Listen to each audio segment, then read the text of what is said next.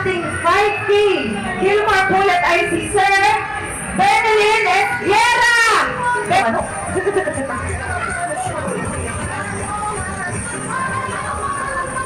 Congratulations, Benelin!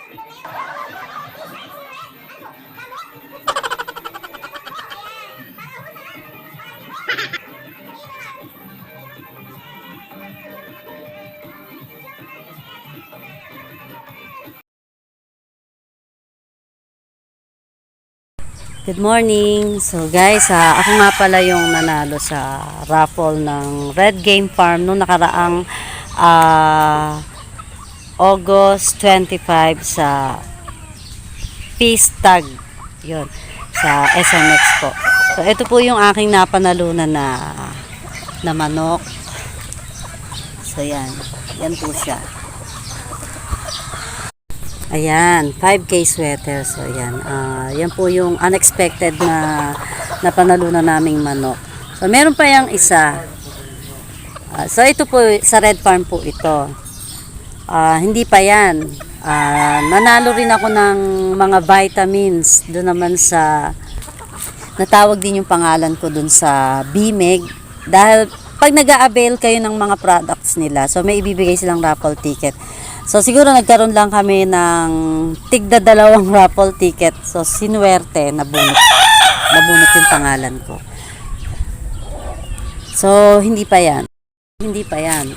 Abang-abang pa dahil kahapon may tumawag sa akin.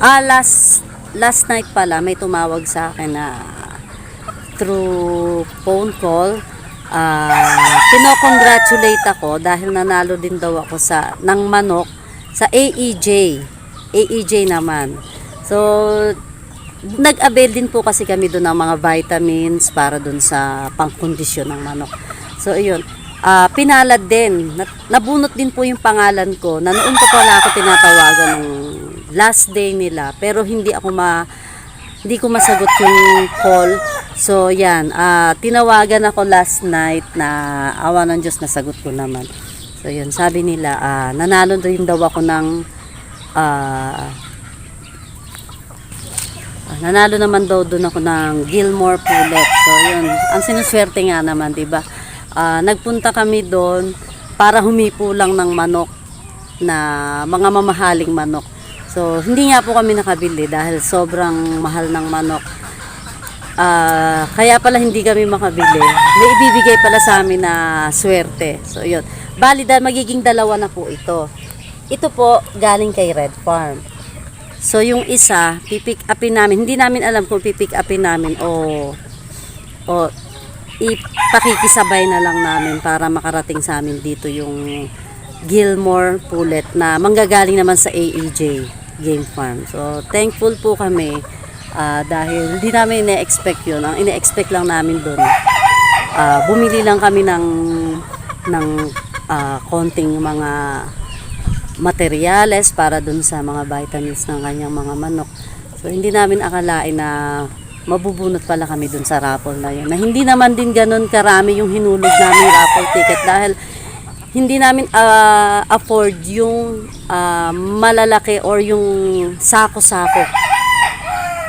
Hanggang 3 kilos lang kami. Pero awa ng Diyos, sinuwerte naman at kami yung nabunot. So 2 beses is 2 sikat na farm, AEJ at Red Farm pa yung nakabunot sa akin. So abang-abang na lang tayo kung kailan natin makukuha yung sa AEJ. So gusto rin namin makarating doon para mabisita namin yung farm.